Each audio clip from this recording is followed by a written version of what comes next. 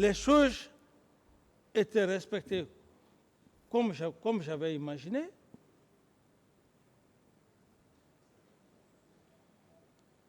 les choses n'allaient pas se passer comme ça. D'accord. Monsieur le Président, j'ai compris. Alors, le 28 septembre 2009, au moment où vous étiez prêt à vous rendre au stade, vous étiez prêt à partir, vous avez été empêché par M. Toumba, les autres hommes et femmes qui étaient autour de vous. Je veux savoir, en ce moment précis, quelle est la situation qui prévalait au stade?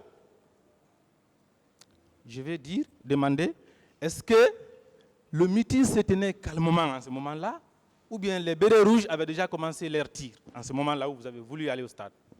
Mais je n'étais pas au stade. Je ne peux pas vous dire ce qui se passait précisément. Dites simplement la volonté que j'ai eue pour aller au stade, c'est de cela que je peux parler. Mais décrire la situation du stade, je ne saurais le faire. Donc, en ce moment précis, le meeting se tenait dans le calme, il n'y avait aucun problème. C'est à l'arrivée de Toumba, plus tard, que les tirs ont commencé, Toumba et Marcel. Je veux savoir pourquoi vous avez décidé d'aller au stade pendant que le meeting se tenait dans la tranquillité. Pourquoi? À l'arrivée de... C'est devant Toumba, c'est devant Marcel, c'est devant les C'est bérets pas rouges une de la garde question qu'il a présidentielle posée, que les M. tirs ont Kamara. commencé. C'est pas une question. Voilà, la question c'est de savoir pourquoi vous avez voulu vous rendre au stade alors qu'il n'y avait aucun problème là-bas. Il n'y avait aucun problème à ce moment. Les gens chantaient l'hymne, ils priaient. Pourquoi vous avez voulu aller là-bas? Oui, mais j'en ai déjà parlé de ça. J'en ai déjà parlé. Si vous voulez que je revienne là-dessus. Oui, mais pour aller faire quoi? Oui, c'est vous qui le dites. Mais moi, je ne le savais pas. C'est vous qui le dites. Si ce que vous dites, si c'est ça, il n'y a pas de problème. Prenez votre point de vue. C'est Makambo qui était votre informateur séjour. Quelle est l'information qu'il vous a donnée? Je dis, restez dans votre position. Ce que vous avez imaginé, comme vous venez de le dire, que tout allait bien, restez dans cette position, maître. Donc c'est clair. Je n'ai pas de réponse à cette question. Voilà, vous n'étiez pas content que le stade soit ouvert, que le meeting se tienne. C'est pourquoi vous avez voulu partir là-bas. Ce n'était pas pour vous interposer parce qu'il n'y avait aucun problème. Ça, merci, Monsieur le Président. C'est vous qui le dites. Ce jour, qui a préparé le dispositif de sécurité qui devait vous accompagner au stade? Et je ne sais pas. C'est militaire quand même qui est venu vous dire, Monsieur le Président, la sécurité est prête, vous pouvez sortir pour aller au stade. Est-ce que je suis sorti? Vous me posez cette question. Je ne suis pas sorti. Vous êtes sorti, mais vous n'avez pas pu aller, mais vous êtes sorti, tout était déjà prêt. Le dispositif était prêt. Vous étiez là, vous n'étiez pas là-bas, mais les éléments du dossier sont là, vous étiez prêt à partir. Mais je ne suis pas sorti. D'autres questions? Monsieur le Président, vous êtes sorti, mais vous n'avez pas été au stade, selon vous. Alors, votre cortège, le dispositif de sécurité qui était déjà prêt, les militaires qui le composaient, ils sont allés où? Ces militaires-là sont allés où? Mais celui qui est allé au stade, demandez-le. Vous ne posez pas de questions. Il était devant vous? Non, ce sont vos gardes. Ces militaires-là sont allés où? Oui, même si c'est ma garde, mais il a sa responsabilité à jouer. Il a un rôle à jouer. Il était là, il fallait lui poser la question. Ce n'est pas à moi de poser cette question, maître. C'est au stade. Ces militaires-là sont allés au stade. Makambo et ses amis qui étaient tout près de vous ces jours, ils ont été vus au stade, Monsieur le Président, ceux qui étaient avec vous. Est-ce qu'ils pouvaient aller au stade sans votre ordre? Mais j'estime que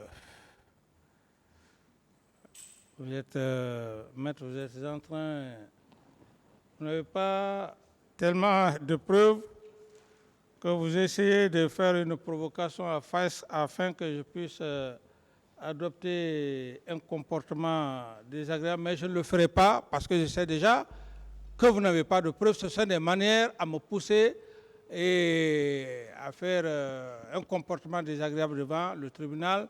Je ne réponds pas à cette question, maître. D'accord. Alors, si vous n'avez pas été au stade, la garde qui était prête, normalement son rôle, est-ce que ce n'était pas rester à côté de vous pour votre sécurité? Pas la reine des preuves. Donnez-moi une preuve devant le procureur est devant vous, exhibez un document, exhibez quelque chose de preuve qu'il puisse exhiber au président du président. Sinon, je ne réponds pas à votre question. Parce que vous n'avez aucune preuve. Vous voulez me faire parler, me connaissant, afin que je puisse avoir un langage déplacé pour en profiter de cela. C'est ça votre stratégie. Monsieur Camara, je n'ai pas de... Il pose des questions et les réponses, c'est pour le tribunal. C'est pourquoi je vous demande de vous contenter de répondre aux questions. S'il vous plaît. Je n'ai pas de réponse, maître, à cette question. C'est simple, hein? C'est simple comme ça. Monsieur le Président. Continuez, maître. Si ce n'est pas vous qui avez envoyé le colonel Tiegro au stade, d'où il peut tirer le pouvoir d'aller demander aux forces vives de reporter leurs manifestations, leurs meetings? D'où il peut tirer ce pouvoir? Si ce n'est pas de vous. Si ce n'est pas vous qui l'avez envoyé, est-ce qu'il peut prendre l'initiative sur lui-même, lui seul, de se rendre au stade? Il n'est pas ministre de l'Intérieur, il n'est pas Premier ministre, pour aller au stade, demander aux opposants de reporter le meeting. Est-ce qu'il peut le faire sans votre ordre? Mais vous pensez que le colonel Tiegro, vous pensez que c'est un académicien? Il n'a pas peur, c'est peut-être par respect qu'il a pour moi. Le colonel Tiegro n'a peur de personne, l'homme que je connais.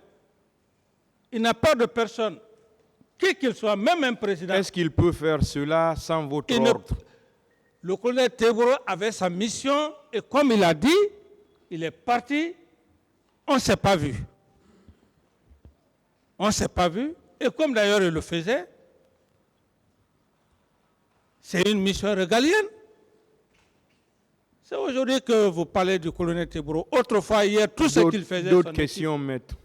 D'accord. Monsieur le Président, je vais venir à certains procès-verbaux qui sont dans le dossier.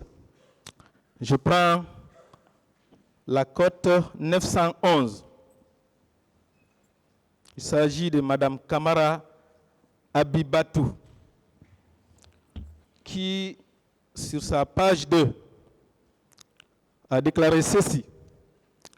Malgré tout, nous avons eu le courage de prendre des taxis jusqu'au niveau de la SIG Madina, où nous avons encore rencontré un groupe de militaires qui tiraient en l'air.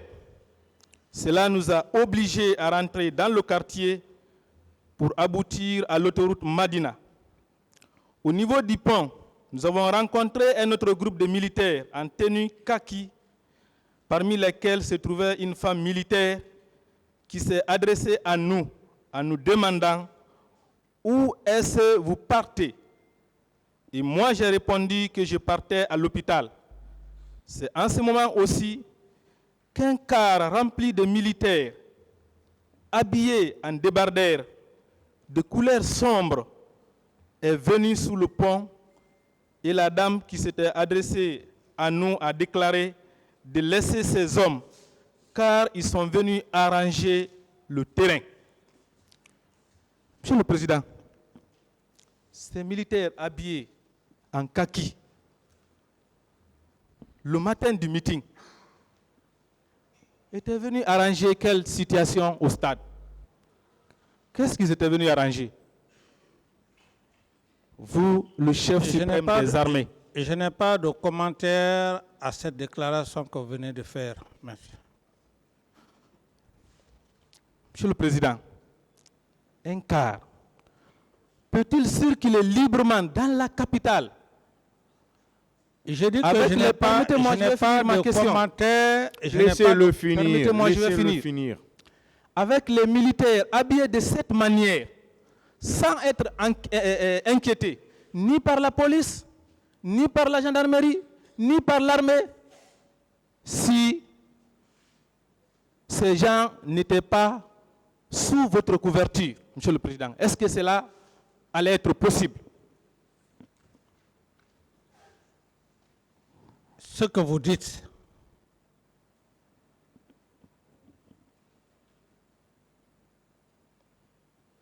c'est une provocation. Je n'ai pas de réponse à cette question, maître.